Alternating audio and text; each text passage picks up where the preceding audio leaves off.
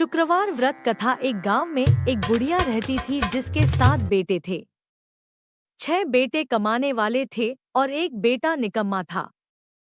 बुढ़िया माँ 6 पुत्रों का जूठा 7वें पुत्र को देती।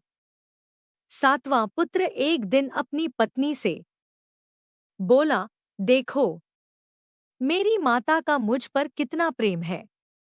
वह बोली, क्यों नहीं, सबका जूठा बचा हुआ तुमको खिलाती है। वह बोला, जब तक आंखों से न देखे मान नहीं सकता।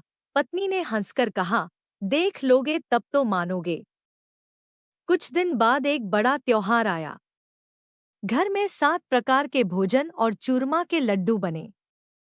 वह पत्नी की बात को जांचने के लिए सिरदर्द का बहाना बनाकर पतला कपड़ा सिर पर ओढ़कर रसोई में जाकर सो गया और कपड़े में से सब देखता रहा।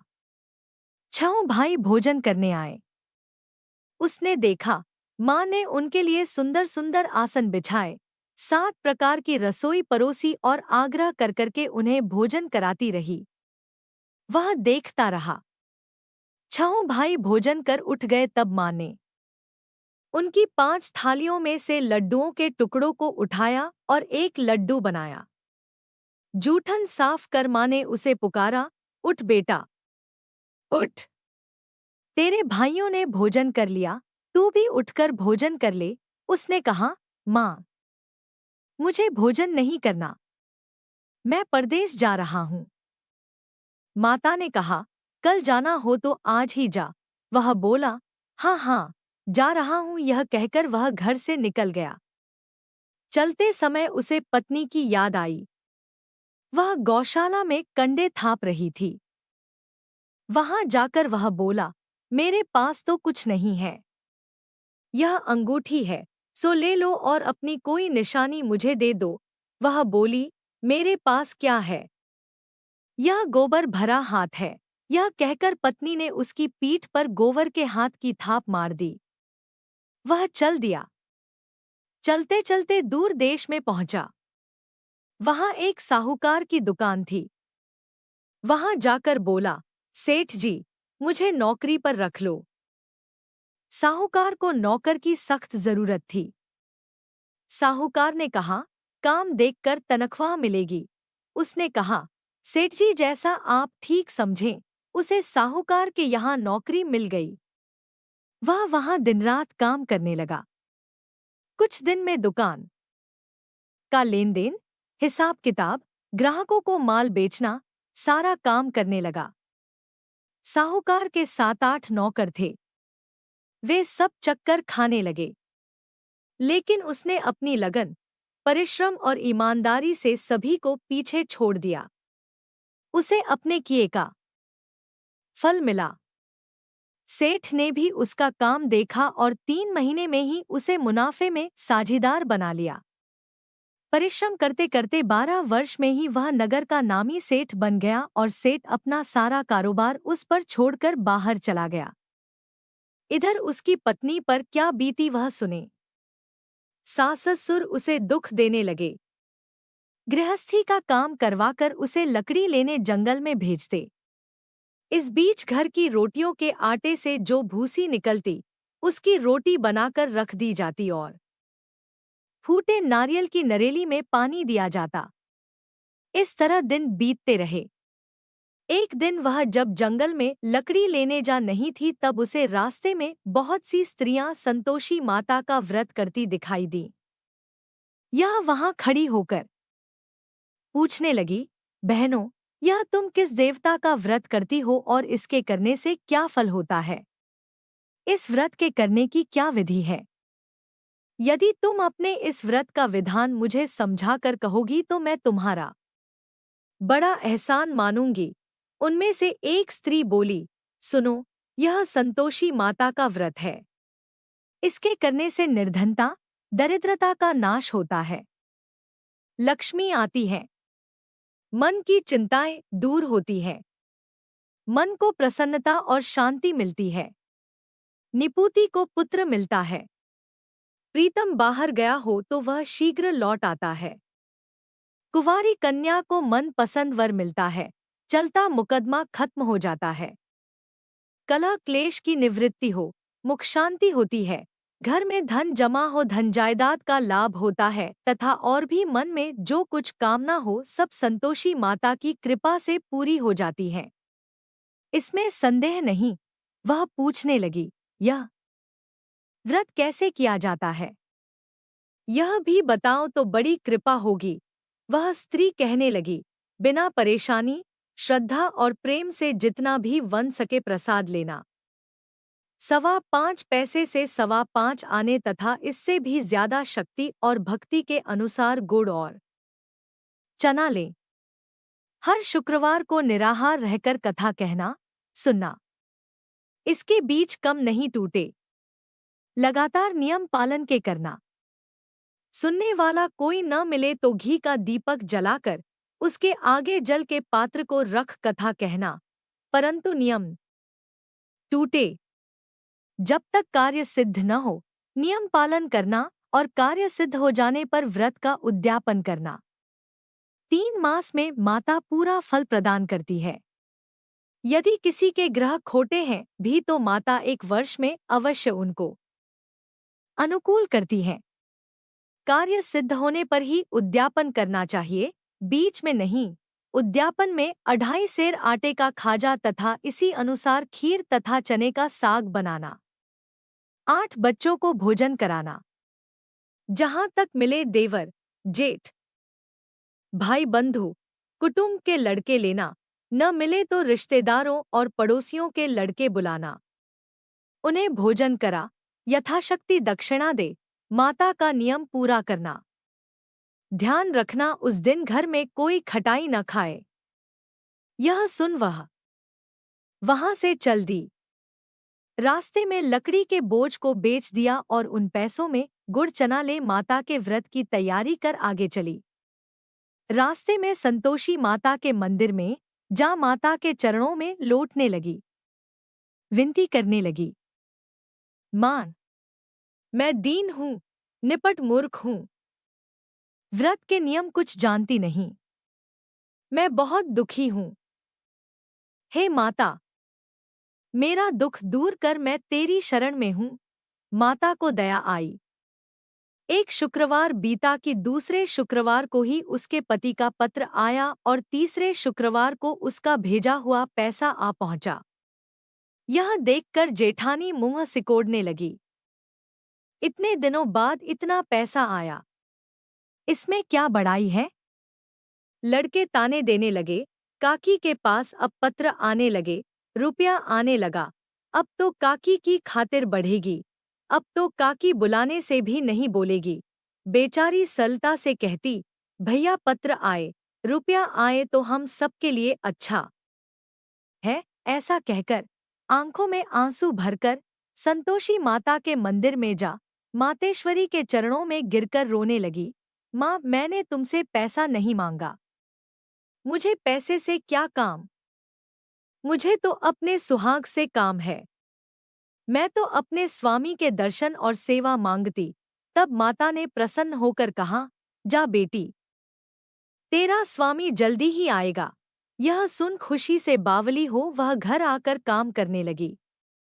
संतोषी माँ विचार करने लगी, इस भोली पुत्री से मैंने कह तो दिया कि तेरा पति शीघ्र आएगा, पर आएगा कहाँ से? वह तो इसे स्वप्न में भी याद नहीं करता। उसे इसकी याद दिलाने तो मुझे ही जाना पड़ेगा।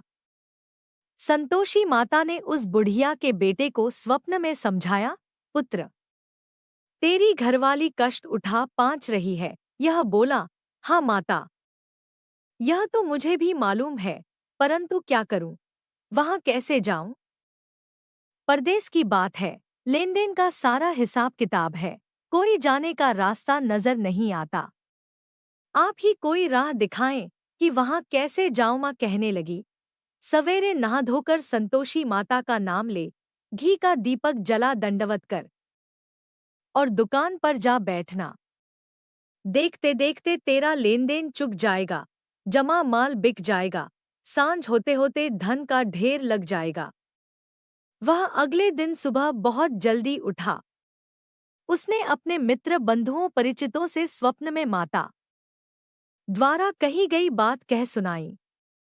वे सब उसकी बात सुनकर उसकी खिल्ली उड़ाने लगे।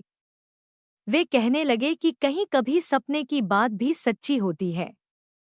एक बूढ़ा व्यक्ति बहुत समझदार था। वह बोला, देखो भाई, मेरी बात मानो। इस तरह सांच या झूठ कहने के बदले देवता ने जैसा कहा है वैसा ही करना। तेरा क्या जाता है। बूढ़े की बात मानकर नहा धोकर उसने संतोषी माता को प्रणाम किया। फिर भी का दीपक जलाकर दुकान पर जा बैठा। शाम तक धन का ढेर लग गया। वह हैरान हुआ। मन में संतोषी माता का नाम ले प्रसन्न हो घर जाने के वास्ते गहना, कपड़ा व सामान खरीदने लगा। सब काम से निपट अपने घर को रवाना हुआ। उधर उसको पत्नी जंगल में लकड़ी लेने गई। लौटते वक्त थक जाने के कारण संतोषी माता के मंदिर पर विश्राम करने बैठ गई। यह तो उसका रोज रुकने का स्थान था। धूल उड़ती देख उसने माता पूछा, हे माता, यह धूल कैसी उड़ रही है। माँ ने कहा, हे पुत्री, तेरा पति आ रहा है। अब तू ऐसा कर, लकड़ियों के 3 बोझ बना।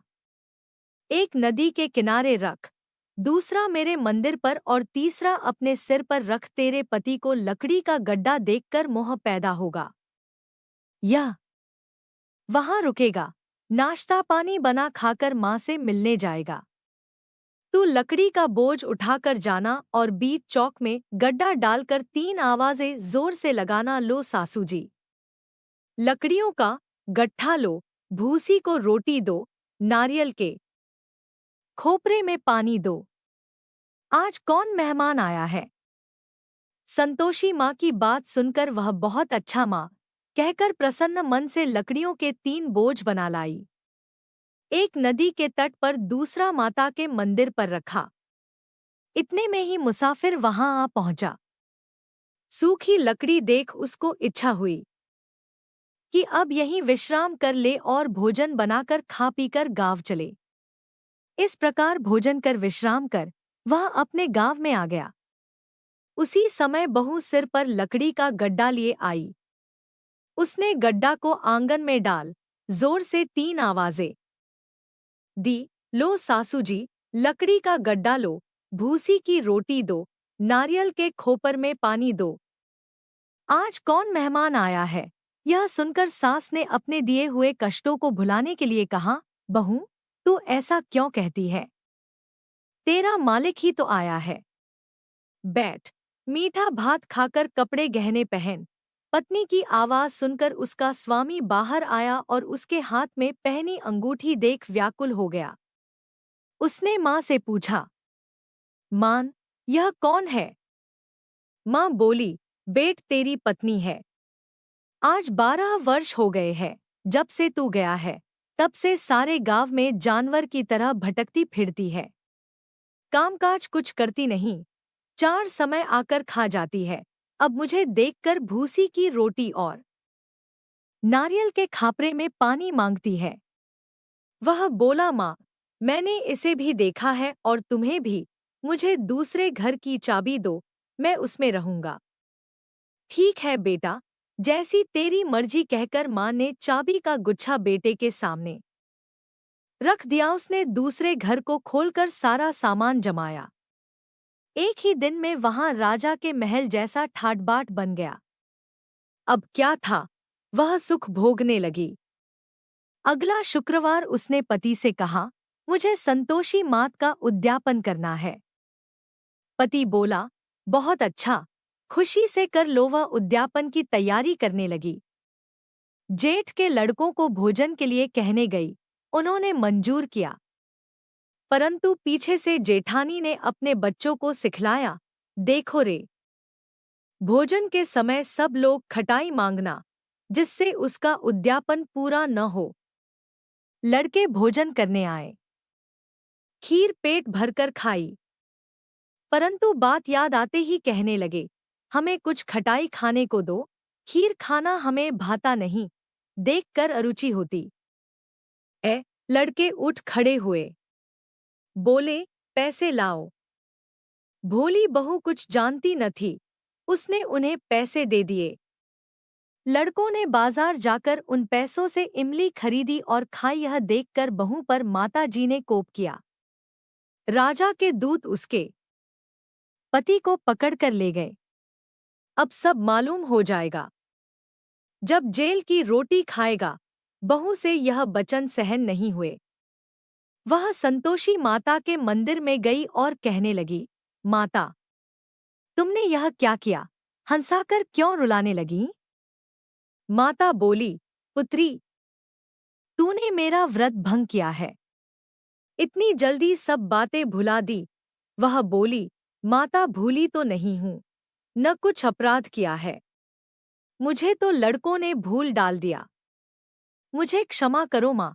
माँ बोली, ऐसी भूल भी कहीं होती है? यह बोली, अब कोई भूल नहीं होगी।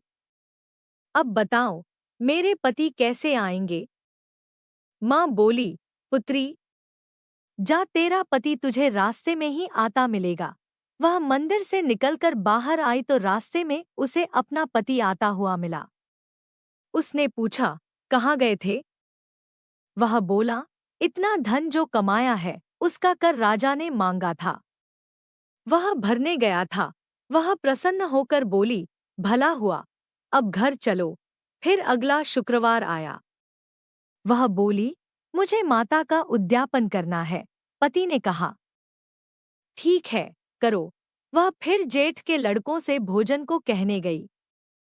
जेठानी ने लड़कों को सिखा दिया कि तुम पहले ही खटाई मांगना। लड़के भोजन करने बैठे, लेकिन भोजन करने से पहले ही कहने लगे, हमें खीर पूरी नहीं भाती, जी बिगड़ता है, कुछ खटाई खाने को दो। यह बोली, खटाई खाने को नहीं मिलेगी, खाना हो तो खाओ। उनके उठकर चले जाने पर उसने ब्राह्मणों के लड़के बुलाकर भोजन करवाया। दक्षिणा की जगह उन्हें एक एक फल दिया। इससे संतोषी माता प्रसन्न हो गई। माता की कृपा से 9 माह बाद उसको चंद्रमा के समान एक सुंदर पुत्र प्राप्त हुआ। पुत्र को लेकर वह प्रतिदिन संतोषी माता के मंदिर में जाने लगी। माँ ने सोचा कि यह रोज आती है, आज क्यों न मैं ही इसके घर चलूं, इसका आसरा देखूं तो सही। यह विचार कर माता ने भयानक रूप बनाया।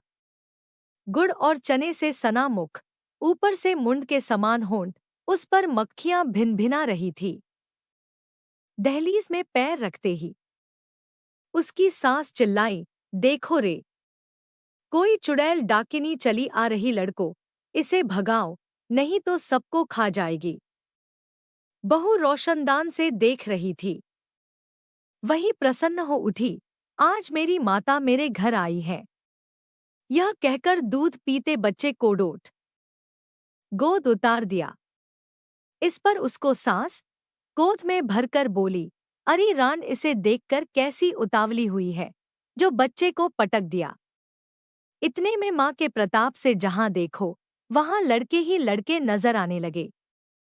यह बोली, माँ जी, मैं जिनका व्रत करती हूँ, यह वही संतोषी माता है। इतना कह उसने झट से घर के सारे किवाड़ खोल दिए। सबने माता के चरण पकड़ लिए और विनती कर कहने लगे, हे माता, हम मूर्ख हैं, अज्ञानी हैं। तुम्हारे व्रत की विधि हम नहीं जानते। तुम्हारा व्रत भंग कर हमने बड़ा अपराध किया है। हे माता, आप हमारे अपराधों को क्षमा करो। इस प्रकार बार बार कहने पर संतोषी मात प्रसन्न हुई। इसके बाद उसकी सास कहने लगी, हे संतोषी माता, आपने बहू को जैसा फल दिया वैसा सबको देना। जो यह कथा सुने या पढ़े उसका मनोरथ पूर्ण हो। आरती जय संतोषी माता, मैया जय संतोषी माता। अपने सेवक जन की सुख संपत्ति दाता जय संतोषी माता, मैया जय। संतोषी माता सुंदर चीर सुनहरी, माँ धारण कीन हो। हीरा पन्ना दमके, तन श्रृंगार लीन हो जय संतोषी माता, मैया जय संतोषी माता। गेरू लाल छटा छबी, बदन कमल सोहे। मंद हंसत करुणामयी, त्रिभुवन जन मोहे। जय संतोषी माता, मैया जय संतोषी माता स्वर्ण सिंहासन बैठी, चंवर दुरे प्यारे। धूप, दीप, मधु, मेवा, भोज धरे न्यारे जय संतोषी माता, मैया जय संतोषी माता गुड़ अरु चना परम प्रिय, तामे संतोष कियो। संतोषी कहलाई, भक्तन वैभव दियो जय संतोषी माता, मैया जय संतोषी माता शुक्रवार प्रिय मानत, आज दिवस सोही। भक्त मंडली छाई, कथा सुनत मोही जय संतोषी माता, मैया जय संतोषी माता मंदिर जगमग। ज्योति, मंगल ध्वनि छाई, विनय करें हम सेवक, चरणन सिर नाई जय संतोषी माता, मैया जय संतोषी माता भक्ति भाव में पूजा, अंगीकृत कीजय। जो मन बसे हमारे, इच्छित फल दीजय जय संतोषी माता, मैया जय संतोषी माता दुखी दारिद्री रोगी, संकट मुक्त किए। बहु धन धान्य भरे घर, सुख सौभाग्य दिए जय संतोषी माता, मैया जय संतोषी माता ध्यान धरे जो तेरा, वांछित फल पायो। पूजा कथा श्रवण कर, घर आनंद आयो जय संतोषी माता, मैया जय संतोषी माता चरण गहे की लज्जा, रखियो जगदम्बे। संकट तू ही निवारे, दया में अम्बे जय संतोषी माता, मैया जय संतोषी माता संतोषी माता की आरती, जो कोई जन गावे। रिद्धि सिद्धि, सुख संपत्ति, जी भर के पावे जय संतोषी माता, मैया जय संतोषी माता। अपने सेवक जन की, सुख संपत्ति दाता प्रेम से बोलिए संतोषी माता की जय।